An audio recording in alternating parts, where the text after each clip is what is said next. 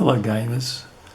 This is a problem I had yesterday after I bought my edition of Dirt 5 for my Xbox. I've got an installation disc for my Xbox One S, the white one. Now I installed the disc into the Xbox, and there's various steps you go through on the installation, and then you come to a tutorial which you have to participate in before you can proceed in the game. Now what I found was I'd get to the tutorial and the race would start. It'd go 5, 4, 3, 2. When it get to 1, it would stop, it would freeze, and it wouldn't go any further. No matter what button I hit on the controller, it wouldn't allow me to play. So I got onto Microsoft and I asked the virtual agent, was there anything that I could do?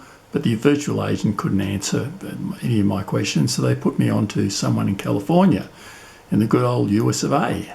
And the lady there said, oh, you must have installed it incorrectly. Reinstall it and it should be okay. So I reinstalled it this morning and the same problem occurred. And so I thought there must be something I'm missing here. Why won't it start? So I looked at all the different variables, and there was one variable which said, do you want to prioritize graphics or frame, the frame mode? So I thought, well, I'm showing it on a 4K TV, I want to have good graphics, so I just set it to graphics. But it seems though that's not the right answer. So as soon as I switched it to frame mode, it started to work, and which solved the problem. So Microsoft didn't know that, but I certainly found out.